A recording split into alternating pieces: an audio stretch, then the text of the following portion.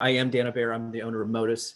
And a lot of what we do is around geospatial consulting, around drones. My quick background, when we go into this, is I've been in the drone industry for, gosh, well over 20 years. I started off as a military geospatial analyst, became a helicopter pilot, Top Gun instructor, and then this drone thing came out where, if you guys aren't familiar with Top Gun pilots, we actually take requirements, mission requirements, and sensors and make a deliverable or make a mission requirement complete. And then we train the fleet on how to do that. So a lot of this bringing LiDAR in and cameras in and how do we get that done and what are the limitations of the sensors is something that, that we had a specialty in. Along that journey, then I went to overseas where I ran 12 UAV sites doing beyond line of sight operations in Iraq, Afghanistan, North Africa. And then I finished off my career working at General Atomics, where I was the MQ-1 and MQ-9 program manager for US Air Forces, looking over a whole slew of engineers that were, designing sensors to achieve mission directives. And then I came to Modus. I think the biggest thing, and like how I got in with UgCS and SPH here, guys, is, when I first started to adopt LiDAR, I was working for a utility company building out their drone program.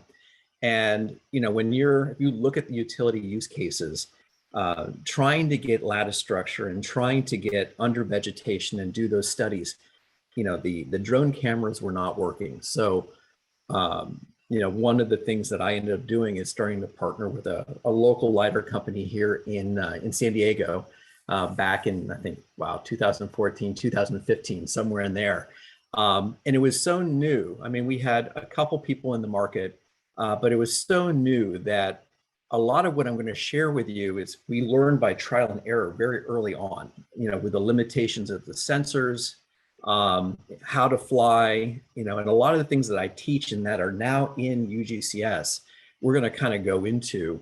But I mean, it was quite the journey on finding the right software sets, because there's lots of choices, and how the drone actually had to operate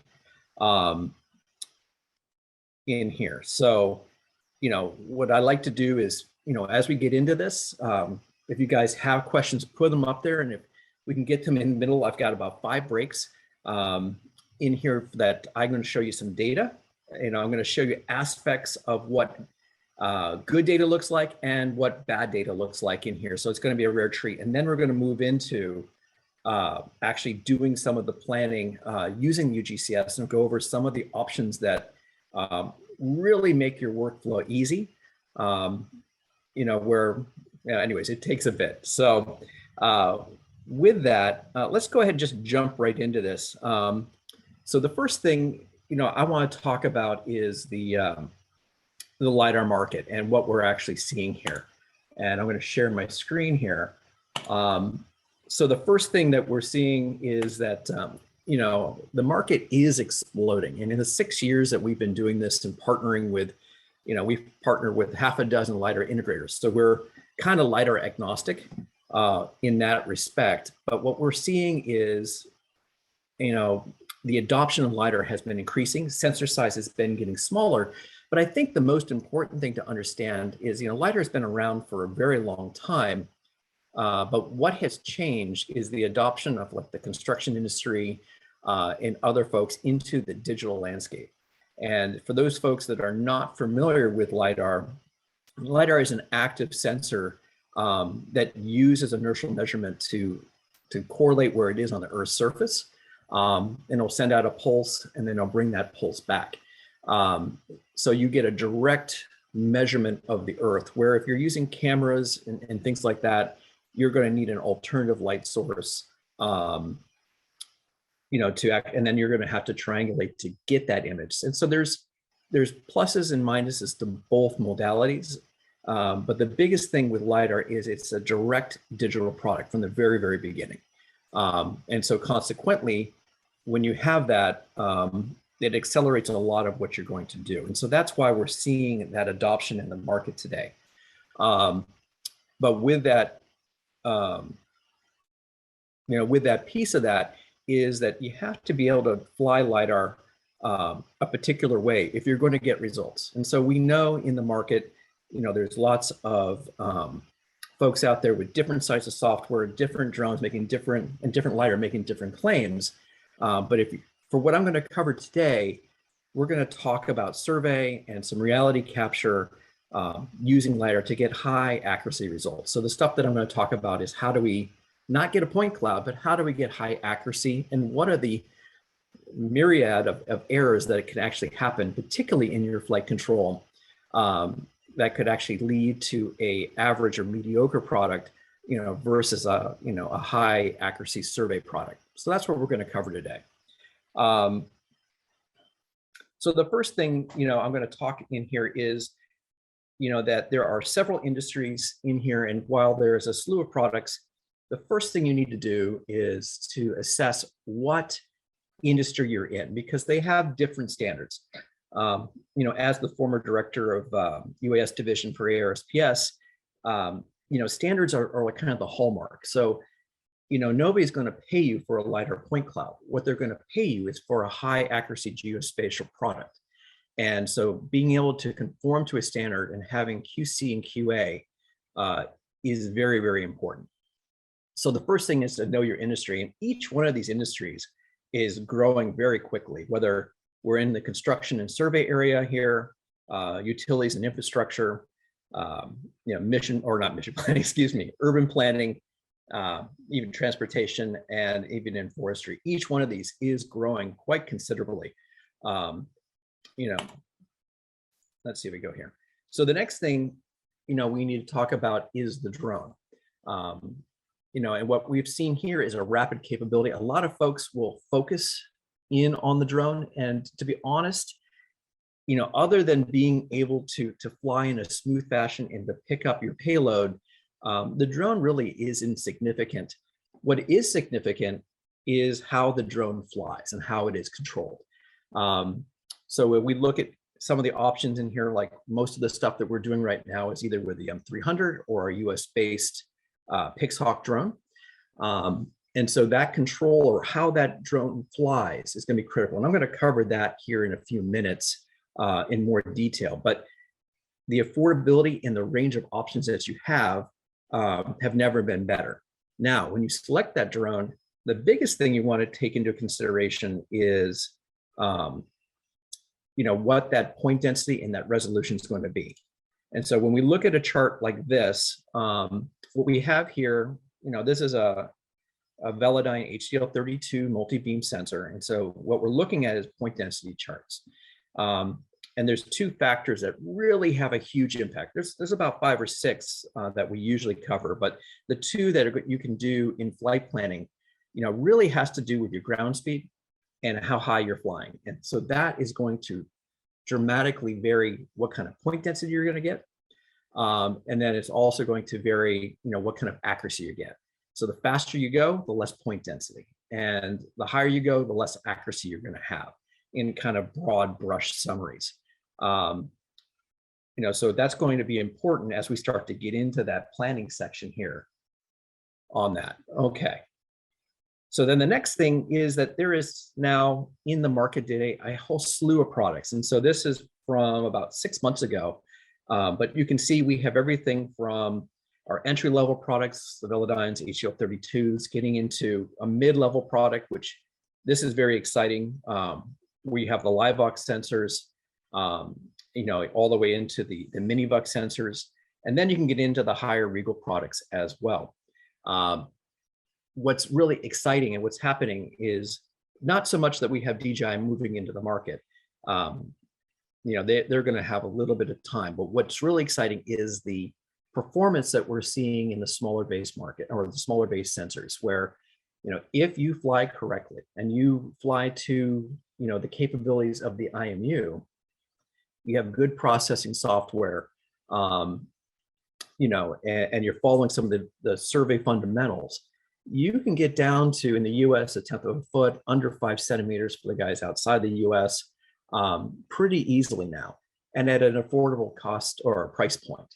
And that's what's really exciting about the market. So, from the adoption, to the capabilities, that price point is there. Now, there is some trade-offs and some things that you will want to look at, as you start to adopt a product here. The first thing is you really want to look at the integration. So, folks that are going to be using a more affordable product, you really want to look at what the IMU is and how responsive it is. Now, if you do go that route, that is perfectly fine. Just understand there's going to be a trade-off. One, you're going to have to fly with more precision so that you can make up for the IMU. And that's why UgCS is going to be really important for you.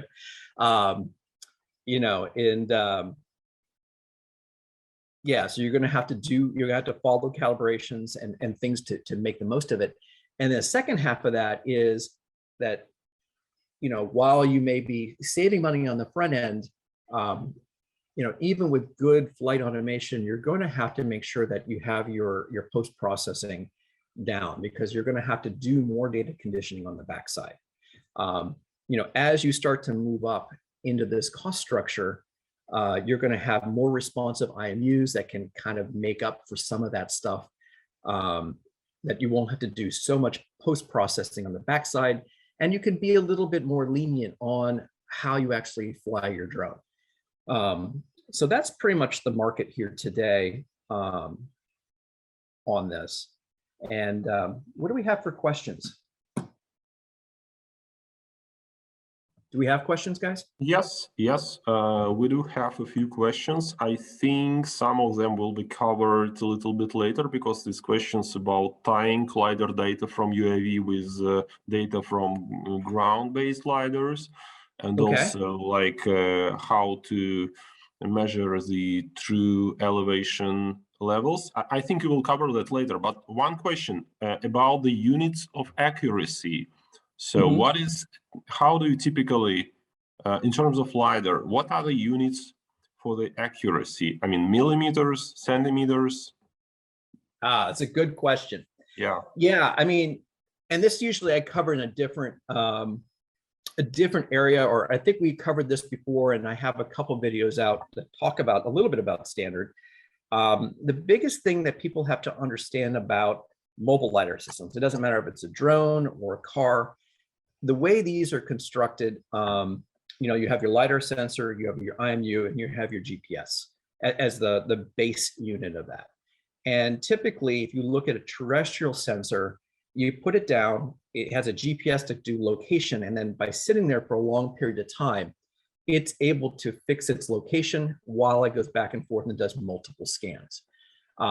So it's able to be very precise on the exact point that all that LiDAR data is coming from. When we're looking at an aerial system, what we're doing is we've now entered an inertial measurement unit in here. What that's doing is between motion of every GPS fix, which is happening about in a 1 second interval, we are predicting where the drone is going to be. And so we're using 6 or 9 degrees of freedom to basically segment time between those stamps, and then we're correlating the LiDAR pulse to it. So consequently, you have to do good calibration, and you're not going to have the same amount of GPS accuracy that you would have if you were sitting in a fixed spot and allowed to remove all your ambiguities. Now, there's a ton of different things that are put in there to help refine that, but you're really looking at, for telemetry, roughly about 2 centimeters on your PPK, 3 centimeters for RTK for your telemetry correction, and then we add the GPS error on, or not the LiDAR error on top. So when we talk about accuracies, if we're talking in the survey world, and so right now I'm going to talk in US survey standards. When we talk about survey accuracy, you really want to talk in terms of contour. And so if we had a 1 foot contour as an example, that your data is going to have to be within 6 inches or half a foot. If you're trying to go for a 6-inch contour, now you're going to want a 3-inch accuracy on there. And 3 centimeters is roughly, 3 inches is roughly 6 centimeters. So somewhere in there. For the folks that are saying, hey, I want 1/10 of a foot, that's also possible, but remember that your LiDAR data now has to be half of that, so that, when we cover survey accuracy in more detail, there's a reason for that, and it has a lot to do with statistics of the sampling of your data points. But at the end of the day, just understand that without going full into detail, that your LiDAR data has to be much more accurate than the standard that you're going to certify it for. So hopefully that kind of answers some of that in there. But yeah, that's a very broad topic to be covering. Yeah, maybe a few more very short questions before we move to the next section. So just the first question, it's surprising to see yellow scanners missing from the table. Maybe you have some comments. I'm LiDAR agnostic, and I don't. The slide that I picked, I don't at this time currently carry yellow scan. Yellow scan is an outstanding product. There's nothing wrong with yellow scan, along with any of the other ones out here. So for my folks, that do carry or have yellow scan, it's not that I am discriminating at all. You guys have a great product, and the stuff that we're going to show today is going to work with any product out there. I think that's the biggest thing to hit home. I don't care which LiDAR system that you use. What I care about is that we use the right techniques, tactics, and procedures to get high accuracy results. And that's what we're going to cover today.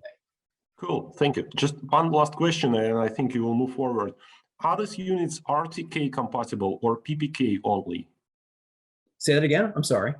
Are these units RTK compatible or PPK only? Because you mentioned post-processing, but there's a question, can the RTK data be used? Absolutely. Yeah, and again, it depends on the system. Like when you're setting up a real-time kinematic solution, which what we're doing here is in that GPS, we are using a base station on top of your geoda plane to correlate and correct constellation data in somewhat near real time. And so we're looking at the constellations on our base station, and we're looking at the constellations on our rover or our drone or a LiDAR sensor, and we're correlating those two together to make a correction. But it's only forward looking. Now in post-kinematic processing, which means we are going to take the complete observations from our base station and our complete observations from our rover, and we're going to compile those, and then we're going to look at that data forward and backwards for errors, kinematic errors, and a lot of other things that happen inside the constellation. And because we can do that, we can actually do a little bit more correction on that. Now, the other thing to note here, if you're buying a system with an RTK system, which by the way, RTK is fine, you're going to have a radio that communicates directly with your drone and or your payload package, where with a PPK system, all you need to do is download your data. So those are the two big fundamentals is, how are you keeping that telemetry going? And then how is that geodetic data actually assessed and refined on there? And so the bottom line here is the better your telemetry data is, the more likely that your LiDAR data is going to be better. And so that's why there's somewhat a debate on RTK versus PPK.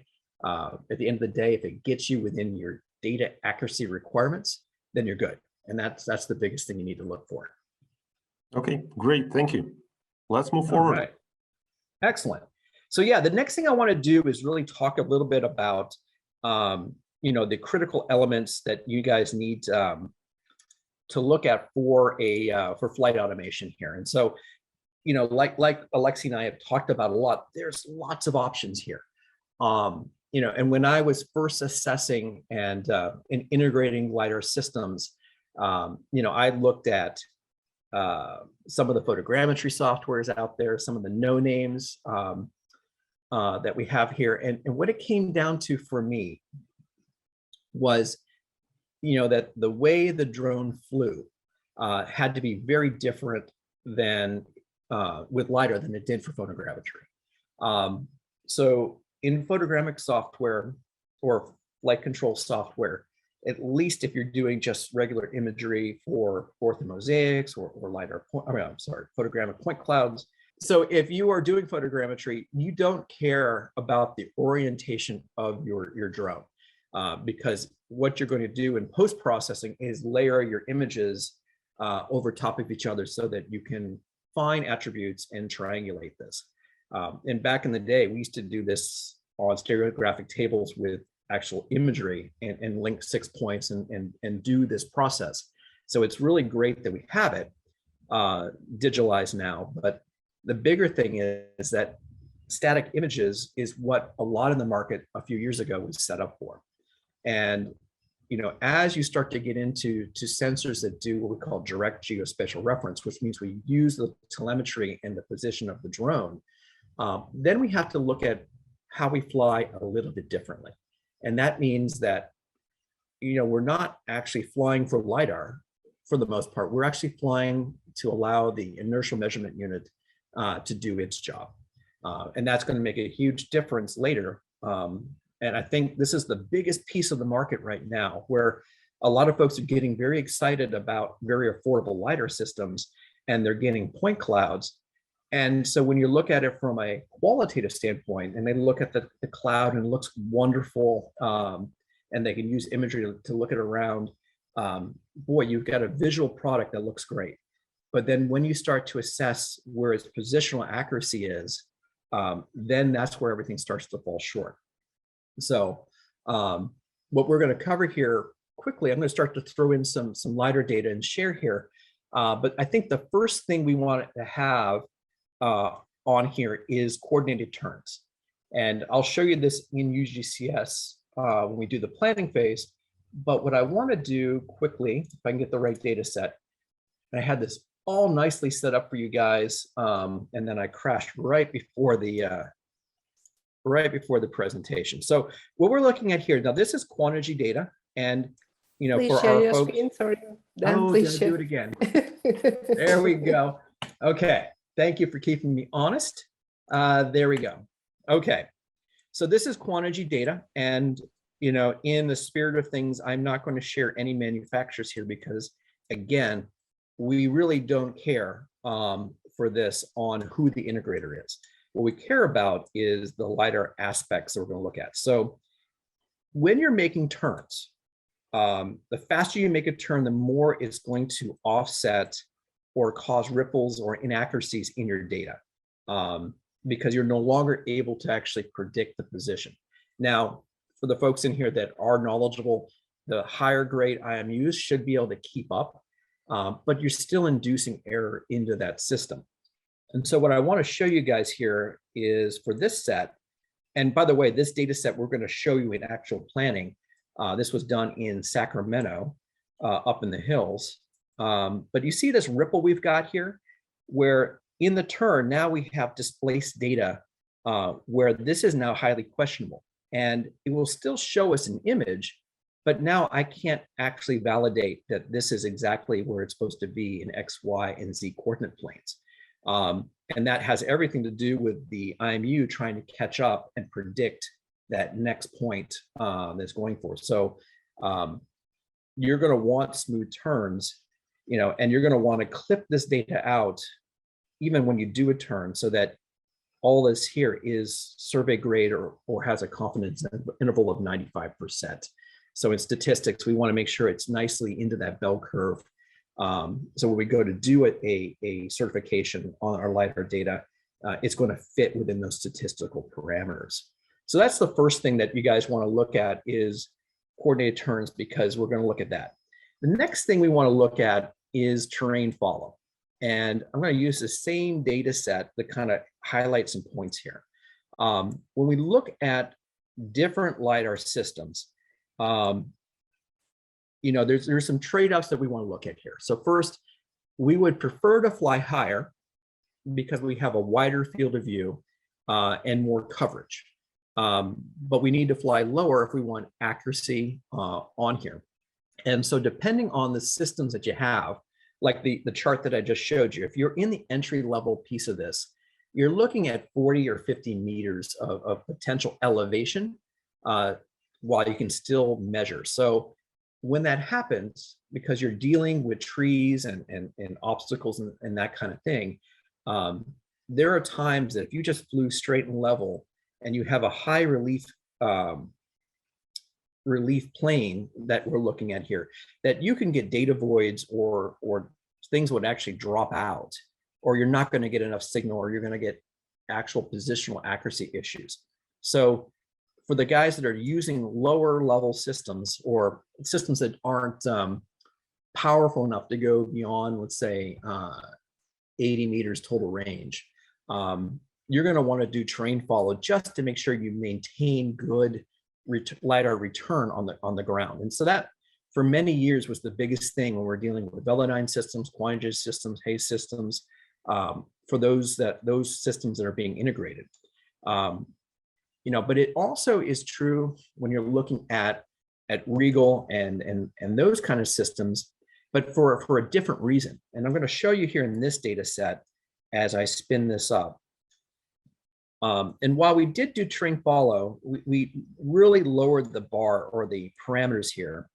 And so I can show you really quickly right in here.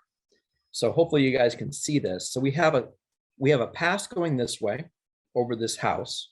And then we have another pass going back the other direction, and you can see the overlap.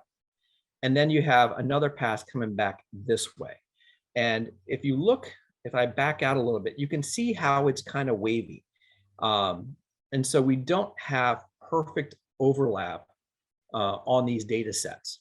And in extreme cases, you will actually get holidays or data voids in your sets because the terrain is moving and you're dealing with a fixed sensor. Now I'm using this illustration that we've already kind of clipped, to, I think this was 90 degrees.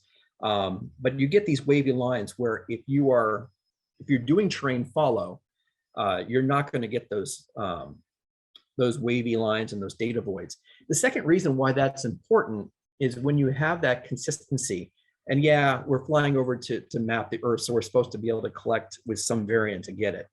But by having some pretty consistent strips, one, it's going to make sure that depending on your use case, you're going to get the full size of your vegetation and poles and structure.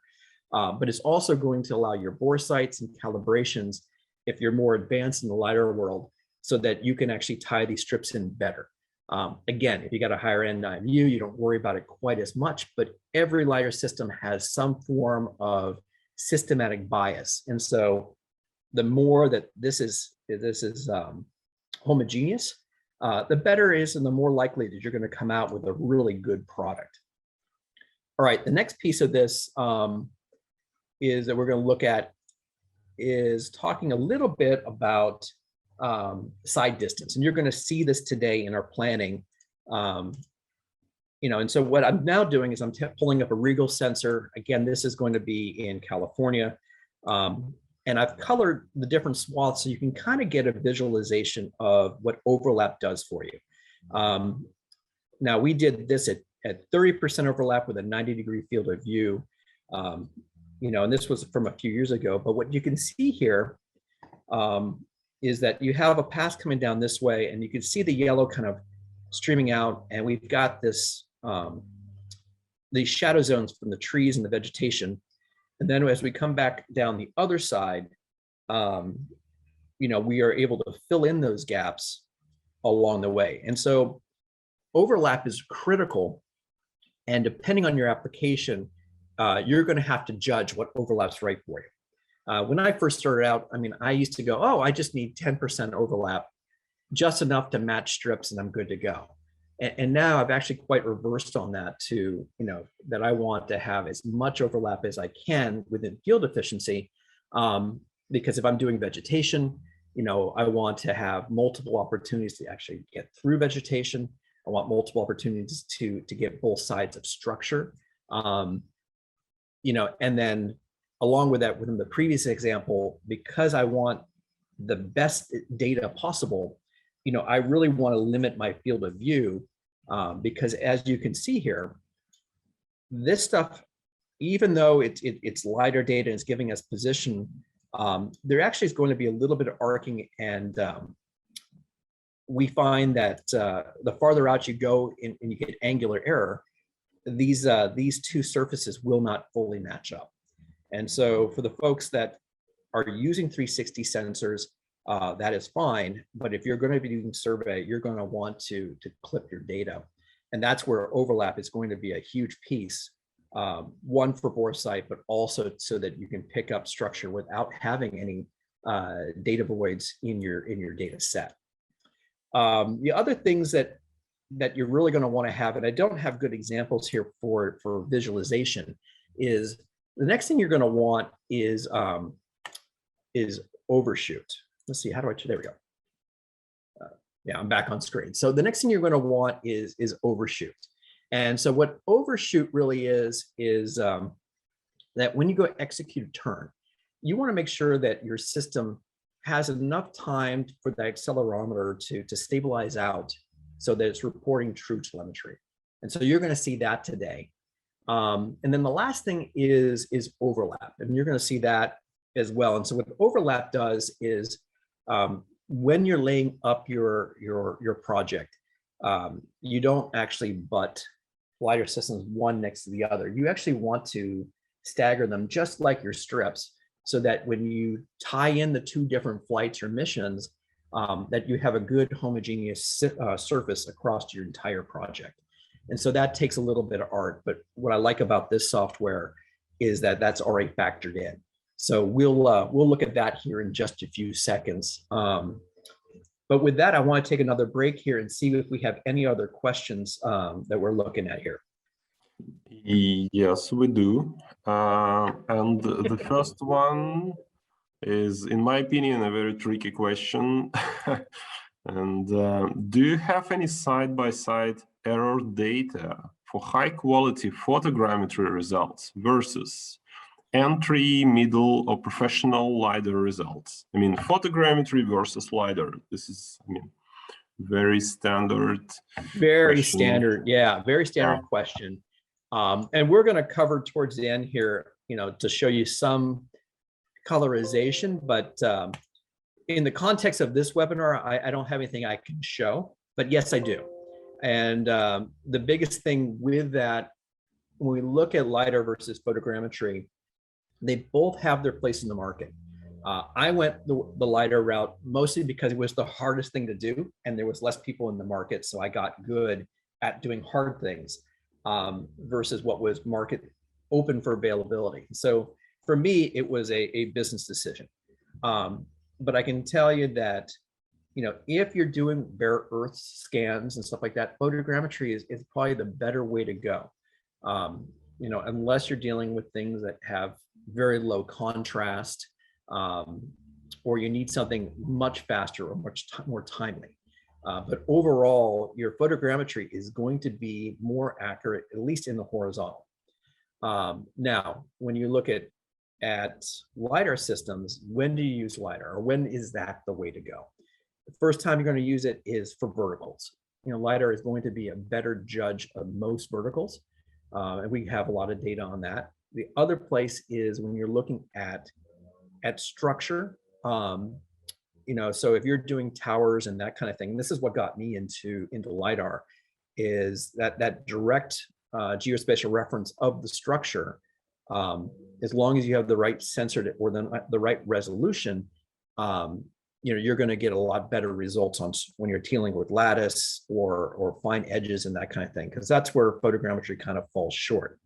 And the last area that you want it is in vegetation penetration. Now, it's a misnomer. There's lots of factors that get into whether LiDAR will go through vegetation, which kind of gets me into my next topic here. But the biggest things with LiDAR getting through vegetation is, how much energy are you putting downrange? So what is that, that data density, or that how many points per second are you able actually to emit? The second thing is looking at how many returns, and more importantly, the quality of the return. So some systems claim to have 2 returns, but it's a strong and a last, and it kind of works. Some systems claim they have 3 returns, but we really get 2 and a little bit of a third. Some say they have 8 and we get 5. But at the end of the day, when you sample that data, you should be able to have multiple opportunities to get under that vegetation. So the two factors, again, to kind of sum up is, how much, what the capacity of the sensor's output, and how many returns can you claim secondary and third echoes to get in there. So that's the big thing between the two, and the whole accuracy point, shoot, use them both. And I do. I mean, the systems I use now have photogrammic cameras on it and LiDAR systems on it at the same time, because I'm not going to lose field time. And I have pulled out, like for urban analysis, I have used the photogrammetry portion of my system to deliver a product, because I can do planimetrics on road work better with a camera than I can LiDAR. But then I use my LiDAR to get under the vegetation and then deliver that part of the surface. So again, use them both. Okay, thank you. Just one quick question. Yes. How does LiDAR performs in the mining industry? Any thoughts? Maybe any specific advantages? Well, it does. So in the mining industry, I mean, a lot of folks are using photogrammetry, and it depends on the volume that you're trying to do and how much turnaround and the yield analysis. One of the other characteristics that we didn't bring out that I think is really good, in terrain follow, when you look at where they get their information. So a lot of folks, there's other systems out there that will claim terrain follow, and I've used them. And then where are they getting it? Are they getting it from the Google server? Are they getting it from, let's say, satellite, synthetic aperture radar, 10 meter resolution?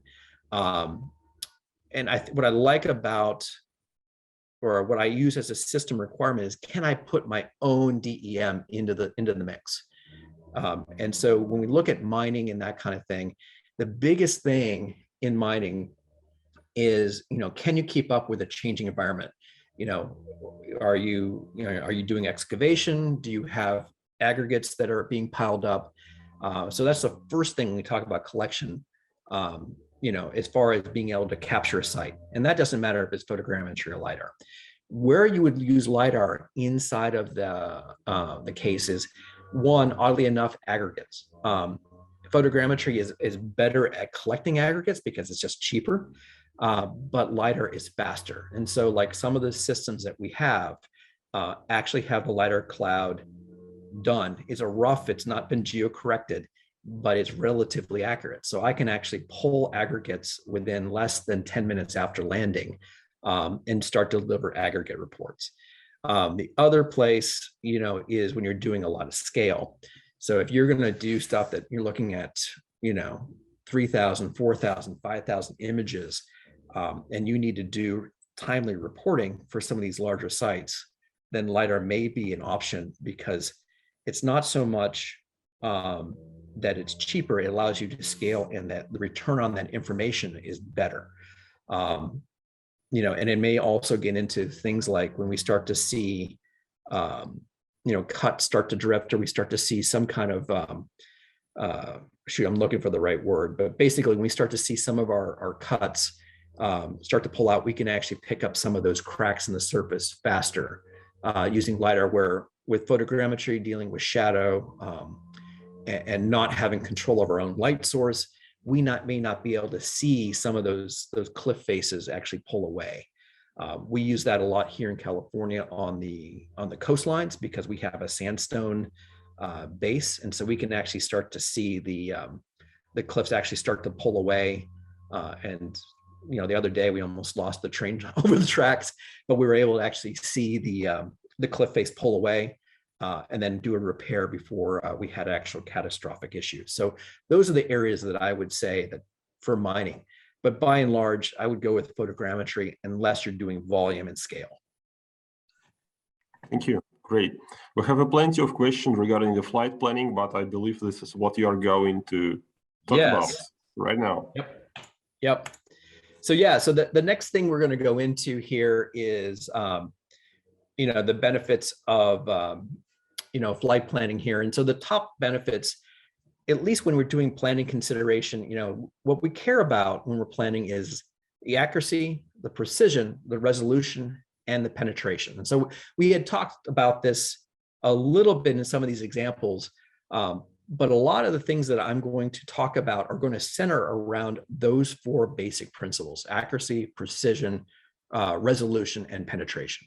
All right, so we have a couple things that we add to that. So first, is the sensor characteristics. So some sensors, like we showed you here, they're either going to be a direct single beam laser, or we're going to have multi-beam lasers, and I can affect the RPM speed so that I can actually change how fast or how much energy I'm putting out, or how many points per second that I'm going to put out. So that's the first thing that I'm going to plan. And so that has nothing to do with flight control, but I have to account for that when I start to go into the things that I can control. And so the big thing I can control is altitude.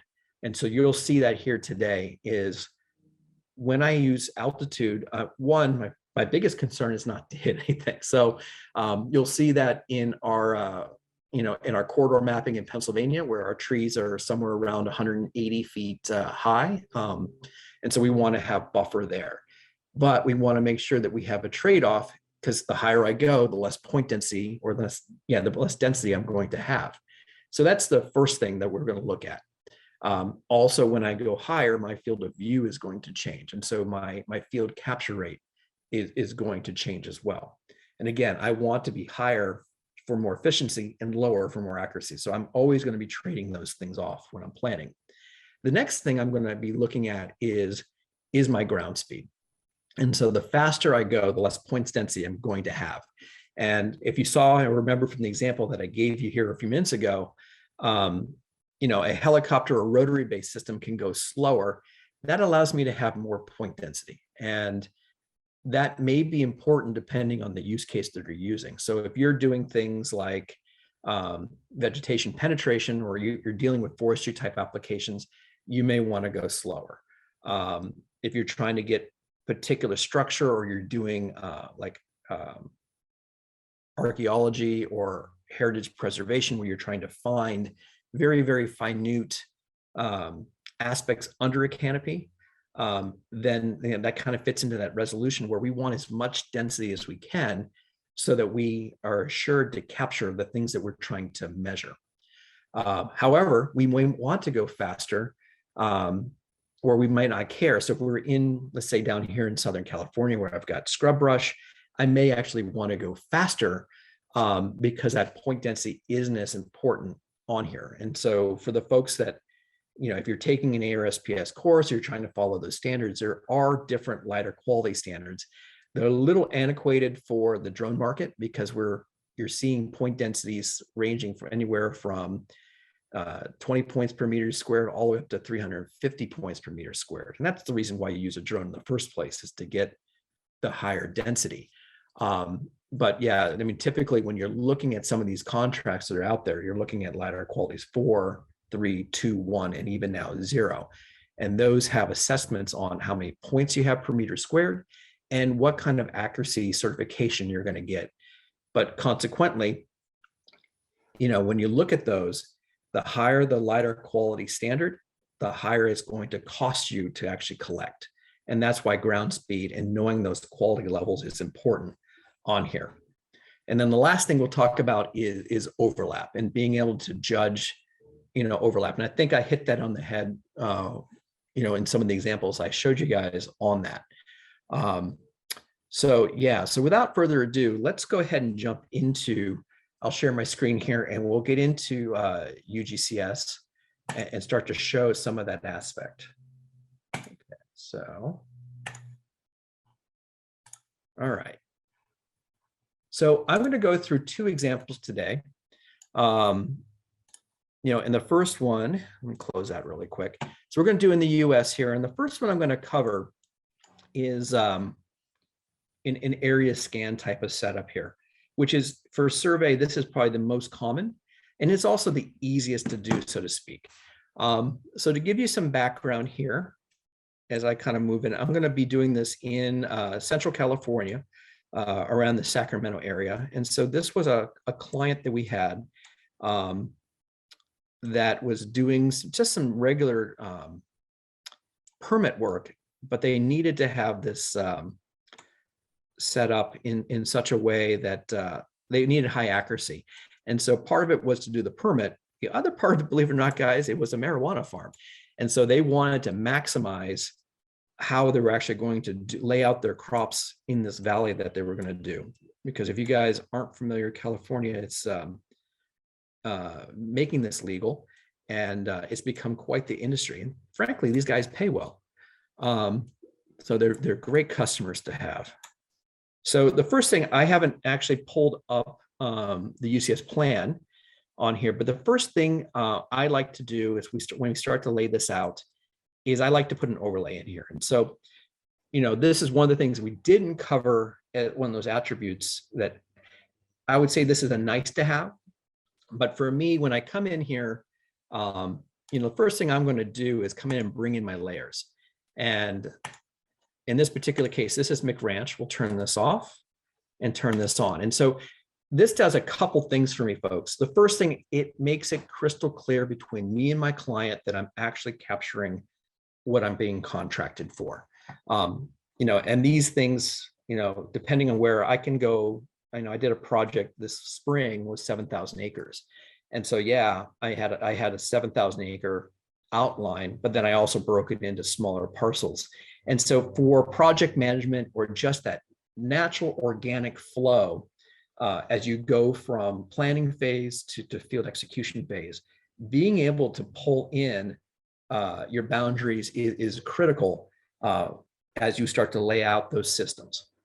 The other thing is, and this is more in my world, is I like to know where my control is. So, I did these control plans in another software, and then I can pull that KML in, and I try to set these up so they're directly under where I'm flying. And so that's why I want them in here. Otherwise, I wouldn't care. But if I'm trying to change my flight orientation or change my spacing so that I'm flying pretty much directly within 20-degree field of view of my target, that's where I know my LiDAR is the most accurate, and that's where I want to judge accuracy at. I also want to make sure that I'm putting my targets in places that I'm going to have good visualization. So it's a last little QC to see if I'm actually going to see, like this target that we have down in this corner here. I may or may not be able to see it based on the vegetation concerns that we have here. And so these are just things that I want to have.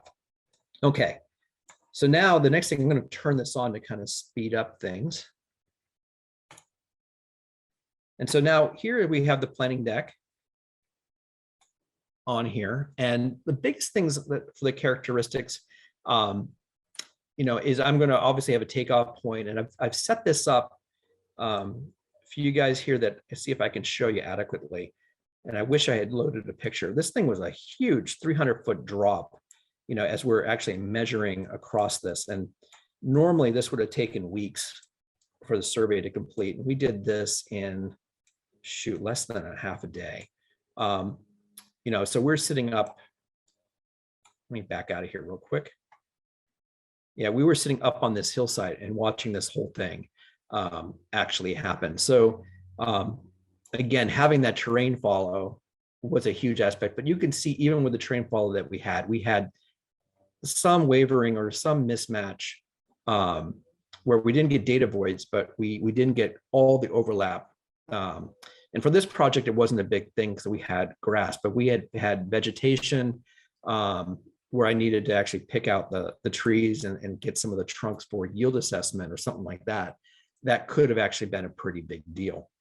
All right, the next thing in here, which I can't really show you, but it's a huge time save, is once you launch all these systems, like I said, the IMU is the most important piece of this. And so a lot of these systems are going to need a calibration run.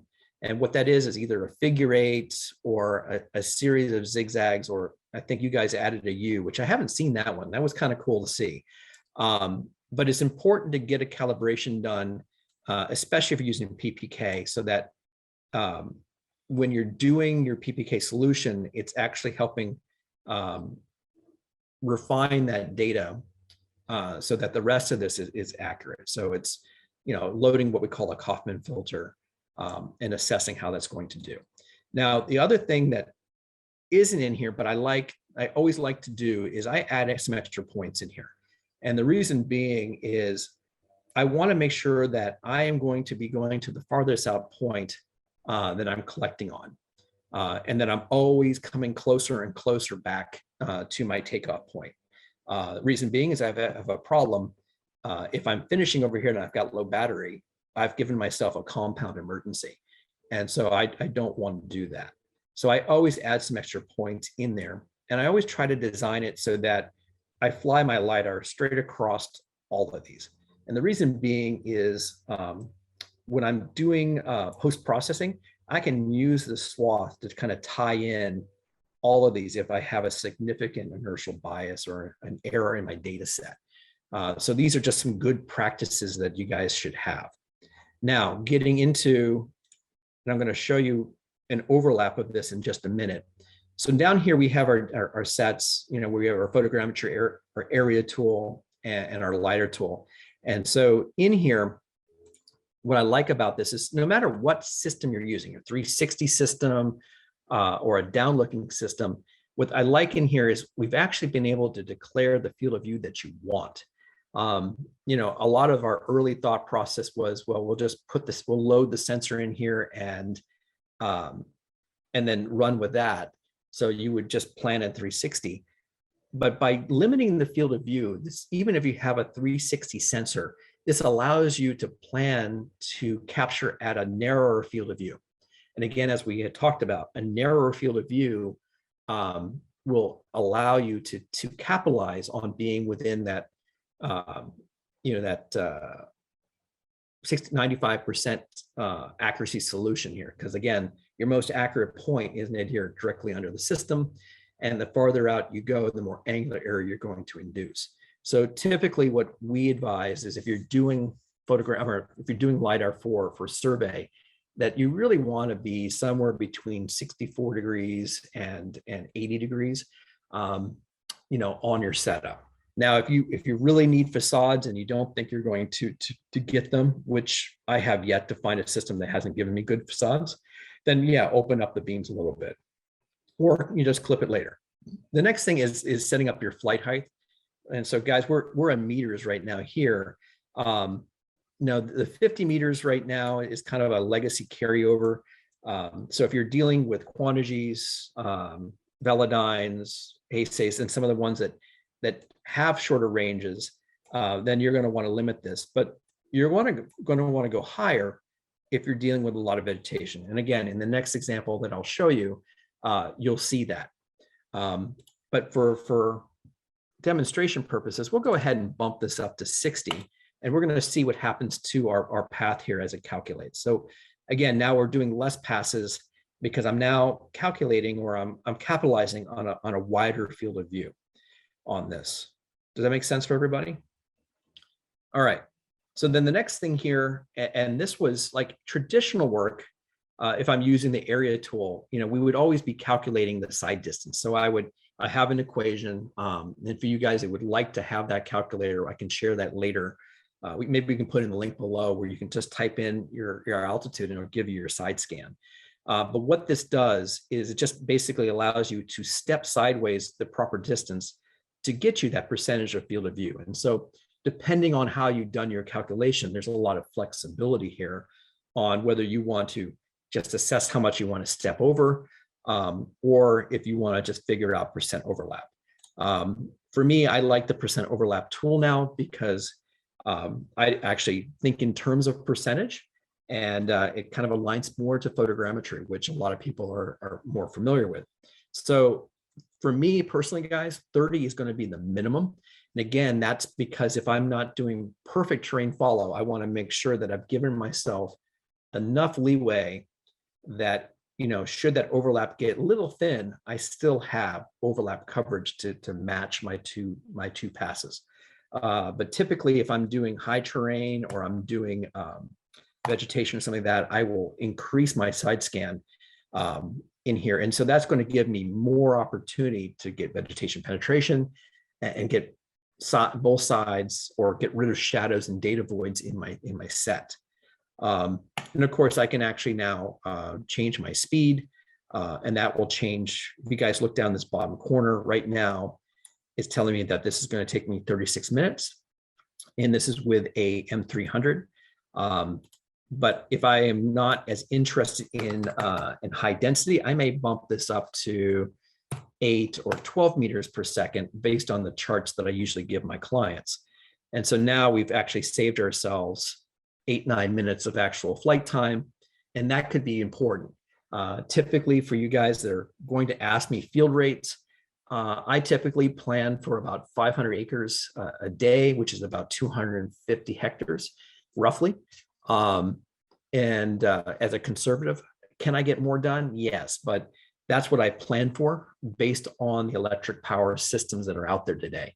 Now, I will say really quickly, if you're going to gas powered, like we make a gas hybrid system, now you can cover more area and capture more, and you don't have that NASCAR pit crew change of batteries in between, and all the things that go along with it. So if you can fly longer, the more fuel efficiency, or the more efficiency that you're going to have, and the more acreage you're going to finish.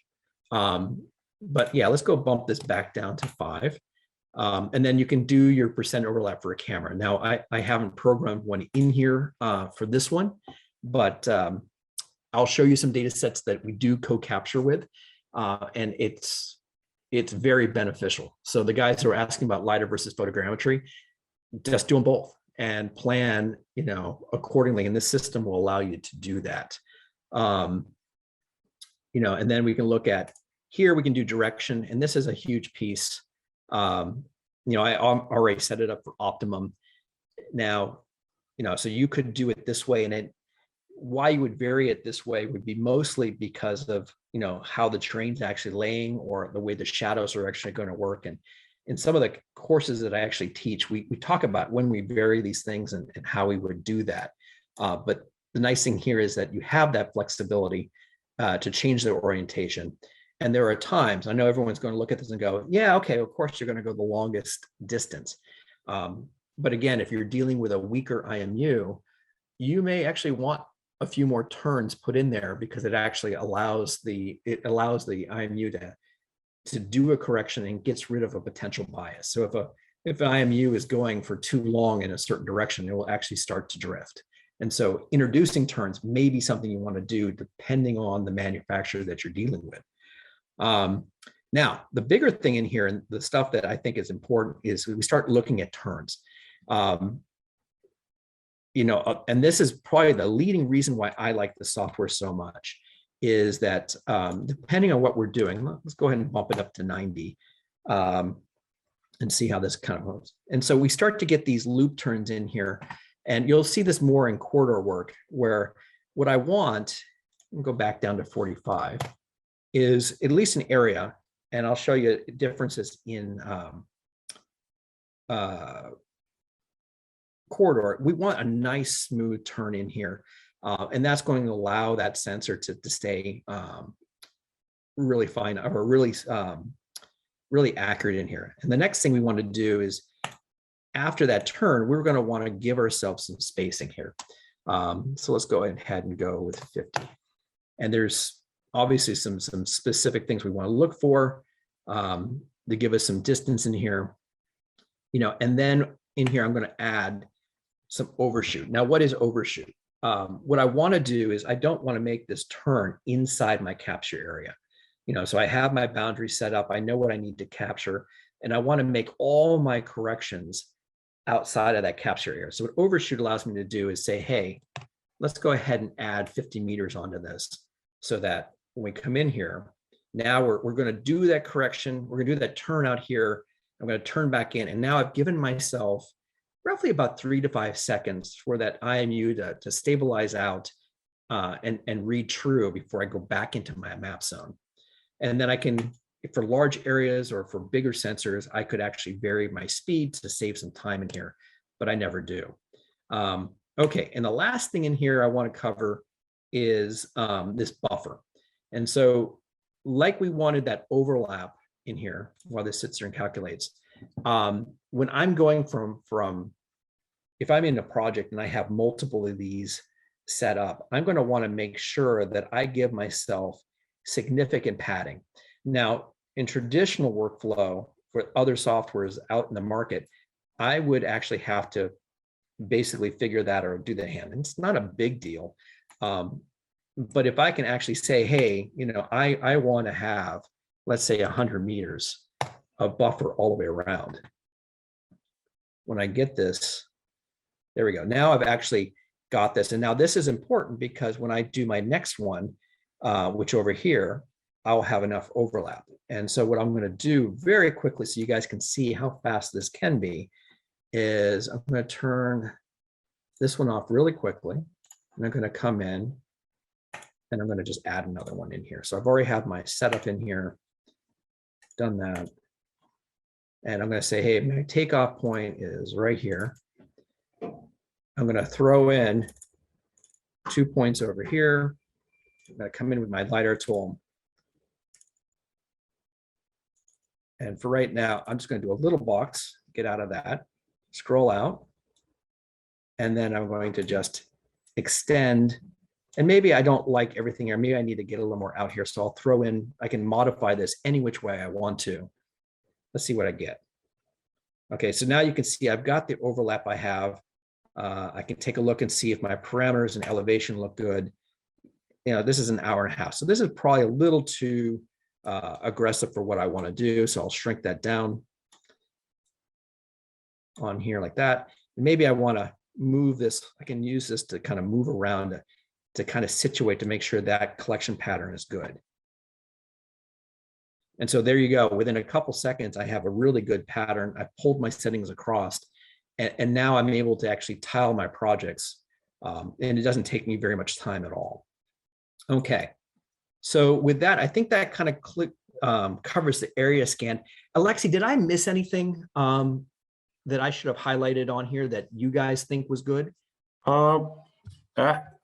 Your explanation is very good. We have several questions which I see which I think are very relevant to this LiDAR area tool. Sure. I will try to group them.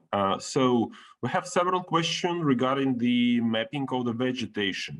And one of the questions, what is the best pattern for the vegetation, like circular, linear? And another question was about, do you recommend to use double grid for the better penetration? Interesting. Okay. You know, so a lot of that, to be honest with you guys, so scan patterns. Yeah, I mean, if you look at, like, let's say an Optech versus a Regal versus a Livux, you know, I actually am not, I don't have a preference on scan pattern. I think what is important for the viewers here today to understand is that you need to get some sample data. So like when I sit down with a client and start to work with them on a solution, I mean, the first thing I'm going to do is sit down and talk about your use case. The second thing I'm going to do is make sure that you have some data sets to look at and assess. And if I don't have them, I'm going to go out and get a couple sets because that's part of the sales or the onboarding process is, you know, if you're dealing with a solution, you're not buying a piece of equipment. You know, you're buying a solution that's going to deliver you a particular set of geospatial measurements. And so it's important that when you're looking at it, you know, whether you're using a sawtooth pattern and down looking of an Optech or a semicircular pattern of a Regal or the Rosetta pattern, which you'll see maybe in Redtail or some of the Livux sensors as well. At the end of the day, what's important is are you getting what you're needing? I haven't seen anything that says, hey, one pattern is superior to the other. But I will say within the Livux world, you know, changing the Rosetta so that it's more of a sweep versus a round circular does have some accuracy benefits. But I think that's very specific to that sensor alone. And from LiDAR type to LiDAR manufacturer to manufacturer, I don't see a difference. So hopefully that helps. What What was the other question, Lexi? There was a short question regarding the calibration pattern. Do you think that 8-figure is the optimal choice for most of the LiDARs? Say that again. What was the optimal choice? Sorry. Do you think that figure 8 is the optimal trajectory for LiDAR calibration? It is the most current out there. You know, I think when I first started, I actually used to do box patterns. What I like about the figure 8 pattern is it gives a constant accelerated turn. You know, so when you're doing that calibration, you're doing a couple things. You're measuring the rate of your heading change, and your heading is the most important aspect of your IMU that you're trying to keep consistent. You don't want big heading changes. But when you're doing calibration, you want those changes, because what's happening in your system, in all systems, is that when you're on the ground and you turn it on, you know, it's going to boot up, it's going to go through a sequence. And then at a certain point, it's going to go through what we call a course calibration. And it's trying to find magnetic alignment primarily and just kind of situate it, and then also kind of start to get its area of ambiguity, or your P dot, refined down to that you can get into a survey grade situation. That once you take off, what you're now assessing is the inertial component, which is part the magnetometer, you know, on your GPS, and also part your inertial measurement unit here. And so you want to see if those are reading true and predicting correctly. Now, like I said, I like the smooth turns of a figure 8, but I have done box patterns, square patterns, where I've done flew for 15 seconds, made a hard turn, flew for 15 seconds, made a hard turn, then came back and flew the other direction. So it really depends on what your manufacturer is going to recommend, but my personal preference is the figure 8. Okay, I can only add that in UgCS right now we have 2 automatic patterns for calibration. One is 8, and another is a kind of a U-turn. For those who is interested, I dropped a link to our article about LiDAR tools, where we demonstrate how these calibration patterns work. So you can, in our general chat, you can find this link and visit and see short videos demonstrating how this looks like. We have a few more questions regarding GCPs. Okay. Are there any specific tips for selection of ground control points for drone LiDAR? Wow, you know, there's a ton of tips. You know, so, you know, the big things here, guys, is the first thing, you know, flight automation is probably the second most important thing, you know, in your collection. And then ground control is probably the third. And I'll tell you guys later on what the first one is. But I guess the biggest things on tips is, first, you got to have ground control. I think that's the biggest thing. There's a lot of folks out there running around thinking that they don't need it. You're going to want it for, you know, some forms of inertial correction. And the thing is, maybe on a lot of your projects, you'll get away where you don't need it for correction until that one time it does. And then you have to redo, you know, a couple $1,000 project because you don't have ground control. The second thing is, you're going to want it, you know, to certify your data. Now, when we talk about targets, I mean, I kind of hinted a little bit on, you know, where I want to place some of them. Like if I'm doing correction, I want it directly under my flight path, but then also where are you going to put it so that you have good assessment. And so as part of that's going to be, you know, the methodology that you're using on the target to assess its location. You know, there's a bunch of things that go into that. You know, and probably the biggest thing I'm going to leave you guys with is make sure, if you're doing, there's 2 types of accuracy assessment with LiDAR. You have vertical accuracy assessment, you know, and sorry, this is US standard. And then you have special vertical accuracy assessment. And so we teach a whole course just on LiDAR accuracy and survey standards. It's pretty comprehensive. And the reason being is that when you talk about special vertical accuracy, you are measuring off of a hard packed surface that's unobscured.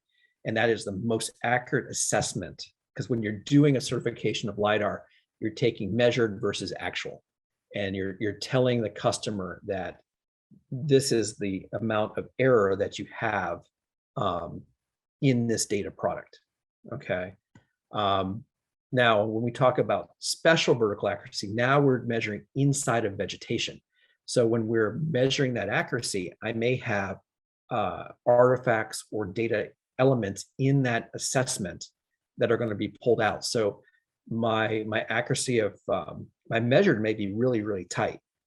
Or I'm sorry, my actuals may be really, really tight, but my measured may be skewed by the vegetation around it. So, you know, what we came up with is a special vegetation requirement to declare when you're dealing in vegetated areas that your targets are going to be somewhat obscured.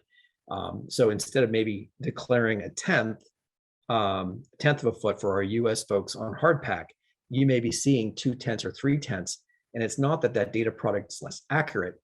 It's that your ability to assess it is skewed by the vegetation that you have around it. So, you know, that's something you need to think about for targets. And then we can get into all the different things on, you know, do you want to use large targets? I think the biggest thing I'll leave with you guys is don't use arrow points and photogrammet targets because they're too small and they're hard to assess. You want to be able to see these things. You know, you want to be able to see these things, and LiDAR does not show targets the same way as photogrammetry. And for those guys that want to see that, let's put a link in there, and I'll put out some, I'll put a video in somewhere on my channel that shows the difference between a photogrammet target and a LiDAR target, because they are different. Okay. Thank you. Yeah, great. Thank you. I think we have to move on. Yes, we are. Yep. We've covered a lot of ground. This is a hard topic to cover because there's so much. There's so much in here, and that's why we have online courseware, because this is a lot. All right. So the second one here, this is in Pennsylvania, guys. Matter of fact, this is kind of where I grew up, and so there's a lot of pipeline, forestry, that kind of thing in here. And so, like when I was in my 20s, I came in here. I was doing pipeline for survey crews, and so something like this. What I like about it, what's different here, is that the geometry for a corridor is a little bit different. You know, where before we were moving back and forth in a nice systematic fashion, here, I mean, a lot of people think that you just travel in a straight line, like for roads and stuff like that. The problem is that pipelines don't go in straight lines. And consequently, the biggest thing here is dealing with turns. So if you hear, I have my takeoff point, you know, I have a couple points in here to do an assessment, and I'll go through our options here in just a second. But the biggest thing I want to highlight is this right here. See how these turns are set up? And the reason why we do these button hooks on here is that in the old days, you know, I would have to do this huge pattern so that I could actually collect this little notch, you know, adequately, and I would have good representation. Because a lot of times what you're going to see is, you know, like if you have a nice smooth turn like this, that's great. But a lot of times it doesn't work that way. That pipe will come up to a water's edge where they're trying to assess erosion or something like that. And then it does a 90-degree turn to go around some form of zoning that they had on there. And then it's going to go straight again. And so to do that, you're going to want to add these figure turns. And so this is one of the things I really like about this tool, is where before I would have to do this all by hand, and I don't now. And so I can do this planning and do more assessment in a fraction of the time. So the biggest difference in here between the area scan and the corridor is now I can actually start to declare the width. So if I turn, let's see if I can turn this off really quick. And you can see I pulled in my attributes here. So I had just the corridor that I want to, or the path that I want to actually assess, and I've thrown in where I think my control points should be. Now, if I turn these back on, and I'm doing a portion of this, and then we'll do, oops, excuse me. Okay, so we got our elevation. And so if you guys can see, and this is Pennsylvania for you, you know, we've got lots of vegetation. We've got lots of hills we got to get over, and we need to cover this. And so some of this can be pretty challenging, especially if you're trying to stay within the regulations of the FAA, which is pretty big for us. So you're dealing with trees and a lot of different things in here. But again, I threw in this curve so that we can assess this, but now I can come in and depending on what the spec is, let's say I want 240 meters wide. And so maybe this is the quarter work on here. And again, this is going to be in your statement of work. And you can see now that we've added so that we have nice consistency around this little abutment that we're trying to actually capture. I'm going to bring this back down to 120, just so it's clear for the viewers in here. Okay. So that way, if I need to get this piece that's a bend in the road, it's allowing me to do that. And to do that, I basically, if I want to do a 45, I can change my loop angle a lot. By the way, all these other settings hold true. What we're going to do is start to vary the loop angles to kind of tighten this up. And then I can also now go over 90 degrees, let's say 120. And I'll get a different type of loop result here. So maybe this area is just too tight. So now I can start to add that teardrop into this to make a nice smooth turn as I'm trying to capture the next thing. I can also increase my flight time after the turn. Let's go with 20 and see what happens here. Now I've given myself bigger loops in here. So therefore I'm not really challenging, the IMU, and I'm still able to follow this corridor and do a nice smooth data collect. The other place, which we're not here yet, but was going to be, from what I understand, is once you start to get into fixed wing, you're not going to be able to do those 90-degree turns. And so having a smooth teardrop is going to be important if you decide to use a fixed wing data collection asset like that. So that's another aspect of this, is being able to add these nice smooth teardrop kind of turns in here for your data collect. Other than that, most of the rest of this stuff is exactly what I showed you in the previous example on this. So so hopefully, Alexi, this is clear on when you would use this type of mentality, which I would have to say I want 25 to 30% of my work, whether we're doing clients that are doing gas, oil, water, utilities, they're all going to follow this kind of utility corridor work on here. So it makes it a really good tool to get this done quickly and make those modifications in the field if we need to. Okay. We have any more questions here before I jump on to the last little bit? Maybe I think some of the questions, they are just repeating that you already answered. Maybe the only one question: when you have to fly along very long corridor, do you need to make some, I don't know, perpendicular flights from time to time, similar to what you did in case of your area scan when you crossed the forward passes? Oh, you mean like, do I change my pattern to like, if I had, let's say hypothetically here, let's throw in another one. Oops.